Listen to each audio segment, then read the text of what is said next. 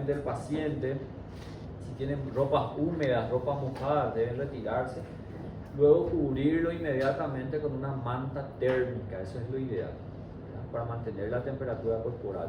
Cuidar la temperatura del ambiente también para evitar la hipotermia, ¿sí?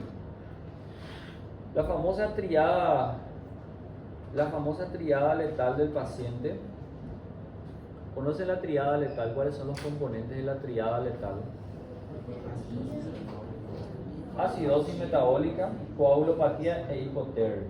Cuando el paciente desarrolla esta triada letal, como lo dice su nombre, muchas veces es muy difícil revertir los cambios que va a generar esto y tiene mucha implicancia, ¿eh?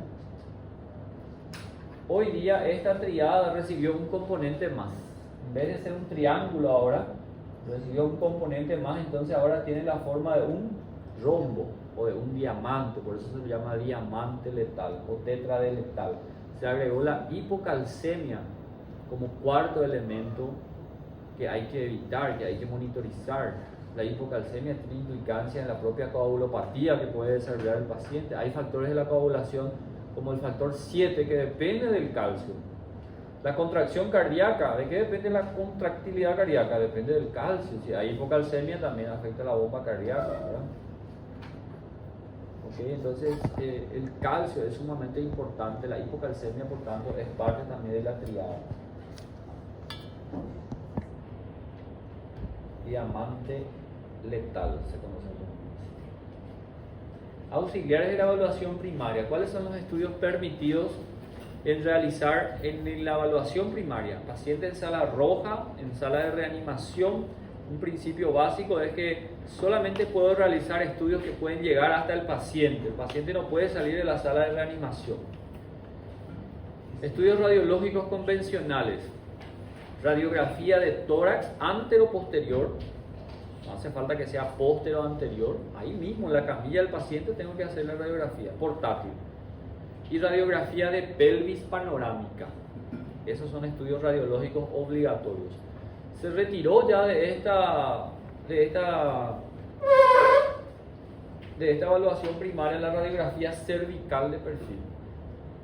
Allá hasta la 7ª edición del ATLS por ahí era también radiografía cervical de perfil. De eso hablamos ya cuando hablamos de esterilización de la columna cervical.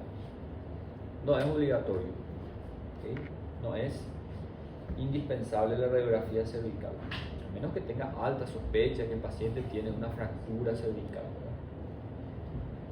El electrocardiograma es también obligatorio, algo que es prácticamente rutinario. Al colocar transductores ahí en el paciente ya tenemos en el monitor la tira del electrocardiograma de ese paciente. ¿Qué más es obligatorio o es permitido? Ecografía portátil para valorar si hay líquido libre en cavidad, el famoso ECOFES, ¿verdad? El ECOFES es necesario en el contexto de lo que es el POCUS que tanto se habla actualmente. La utilización del POCUS en el trauma, uno de los pilares es el ECOFES, buscar líquido libre en cavidad abdominal y también en cavidad pleural. Vamos a hablar de eso en trauma de abdomen. ¿Qué más es permitido? Sonda vesical, a menos que haya contraindicación. También es permitido sonda nasogástrica, a menos que haya contraindicación. Y creo que básicamente eso. Laboratorio, que ya dijimos también cuáles son los laboratorios básicos. Hay que incluir también gasometría arterial. En esa misma muestra de laboratorio, en esa misma lista de laboratorio que dijimos hace rato, gasometría arterial. Y básicamente eso.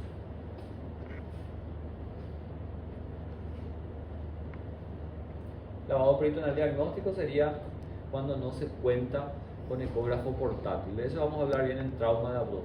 Es una forma rápida de valorar si hay sangre u otros fluidos en la cavidad abdominal en ausencia del ecógrafo. ¿Sí? Hoy día esto es prácticamente histórico. En cualquier centro, por más de nivel bajo que sea, se cuenta con un ecógrafo portátil. Lavado peritoneal diagnóstico, LPD. Ahí está el EcoFast, la búsqueda de líquido, en forma de segundos se hace eso, buscando líquido libre en 4 cuadrantes tradicionales, 4 espacios tradicionales. ¿Cuáles son esos espacios? El espacio pericárdico, buscando líquido pericárdico. El Morrison, que es el espacio entre el hígado y el riñón derecho. Espleno renal, es el espacio entre el bazo y el riñón izquierdo. Y el suprapúbico es el espacio buscando líquido en el fondo del saco de Douglas. Son 4 espacios tradicionales. Hoy día se habla del EcoFast extendido. ¿Qué significa eso? La utilidad del POCUS extendiéndolo a la cavidad pleural.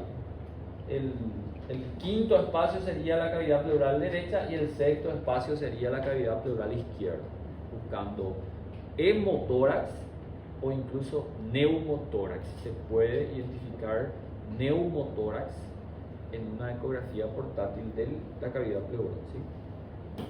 El ecógrafo se usa como un auxiliar actualmente, ¿verdad? De manera muy difundida en cualquier actuar médico.